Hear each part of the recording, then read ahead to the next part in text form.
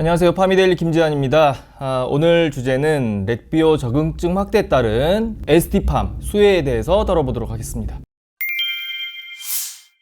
렉비오가 적응증을 좀 확대하면서 매출이 굉장히 크게 늘어날 것으로 기대가 되고 있습니다.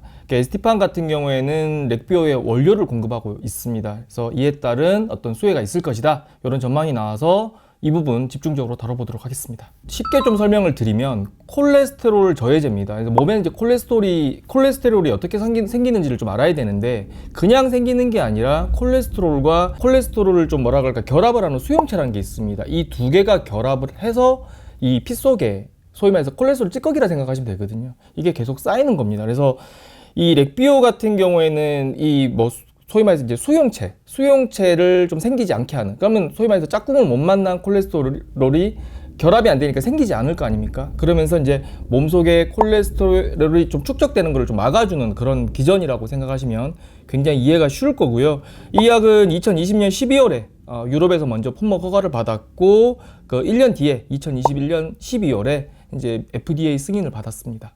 약 그림을 좀 가지고 왔는데요. 보시면 아시겠지만 주사제로 이렇게 나와 있고요. 이렇게 노바티스에서 만들었습니다. 이렇게 그렇게 약 생긴 게 다 똑같아가지고 크게 궁금하진 않으시겠지만 껍데기라도 있어서 가지고 왔습니다. 미국에서 이제 약을 공급받을 때 이게 퍼스트 밴드, 세컨 밴드 이렇게 쭉 있거든요. 그러니까 첫 번째 공급자, 두 번째 공급자, 이게 약을 한 군데서 조달받지 않습니다. 왜냐하면 어떤 그 공급사에 문제가 생겼을 때 약을 만들 수 없으면 좀 큰일이잖아요. 그리고 약 같은 경우에는 어떤 인간 생명과 직결이 돼 있기 때문에 좀 리스크 분산 차원에서 여러 군데 이제 공급업체에 좀 나눠줍니다. 근데 이제 ST팜 같은 경우에는 미국의 에즐런트에 이어서 두 번째 공급사입니다. 그래서 렉비오의 주 원료가 뭐냐면 이제 올리고 뉴클레오타이드거든요. 그러니까 요거 만드는 전문 회사예요, ST팜 자체가.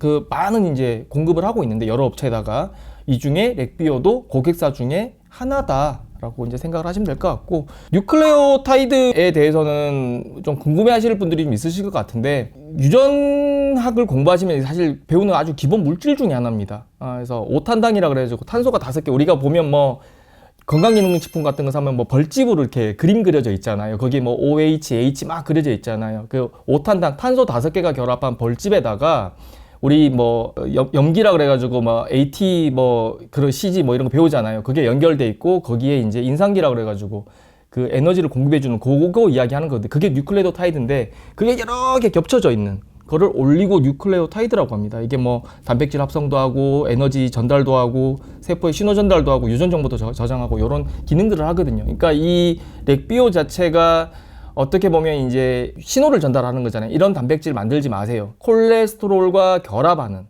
그 짝꿍, 수용체를, 그런 단백질을 만들지 마세요라는 그런 유전 정보를 전달하는 거거든요. 설계도를 전달하는 거거든요. 이런 방식으로 이제 약을 만들게 되는 건데, 이 주 원료가 뉴클레오타이드인데 ST팜이 이제 그런 걸 만든다, 이렇게 이해를 하시면 될 것 같습니다. 설명이 좀 길었는데 알아서 잘 이해를 해주시기를 당부드리겠습니다. 그러니까 처음에 이제 렉비오 같은 경우에는 이제 고콜레스테롤 혈증, 그러니까 피에 이제 콜레스테롤 그 농도가 굉장히 높은 환자, 그리고 이제 이상 지질혈증, 이 두 가지 적응증으로 품목 허가를 받았어요. 그래서 근데 약이라는 건 원래 이제 맨 처음에 품목 허가 받고 나면 점점점 적응증을 늘려가거든요. 그래서 이미 안전성이 검증돼 있으니까 이 병에도 잘 듣네, 저 병에도 잘 듣네, 이런 식으로 해가지고 이제 점점점 적응증을 늘려서 품목 허가를 받으면 그 의료기관에서는, 병원에서는 이제 처방 범위가 넓어지기 때문에, 좀 확대되기 때문에 이제 매출이 쭉 늘어나는 그런 상황인 건데, 이번에 이제 허가를 받은 건 뭐냐면, 기존의 치료제, 스탄틴 계열의 치료제가 있습니다. 콜레스테롤 환자들한테 이제 처방되는 약이 있는데, 이 약을 투여했음에도 불구하고 약발이 잘 안 듣는, 소위 말해서 치료에 실패한 환자, 이런 환자를 대상으로 이 렉비오를 투여해 보니까 콜레스테롤이 확 드라마틱하게 감소했다는 거죠. 기존에 이제 예를 들어 스탄틴 썼을 때 콜레스테롤이 한 7%밖에 안 줄었더라면, 그 실패한 환자를 대상으로 렉비오를 넣었을 때는 무려 60%가 감소한 결과를 확인을 했습니다. 그래서 이제 추가적으로 적응증 확대가 될 것 같고, 이로 인해서 매출이 늘 것 같고, 좀 연장선상에서 계속 이야기하면 결국에 매출이 늘면 1공급사, 2공급사 있지만 결국에는 이제 매출이 늘면서 원료에 대한 수요도 늘 것이고, 그래서 ST팜도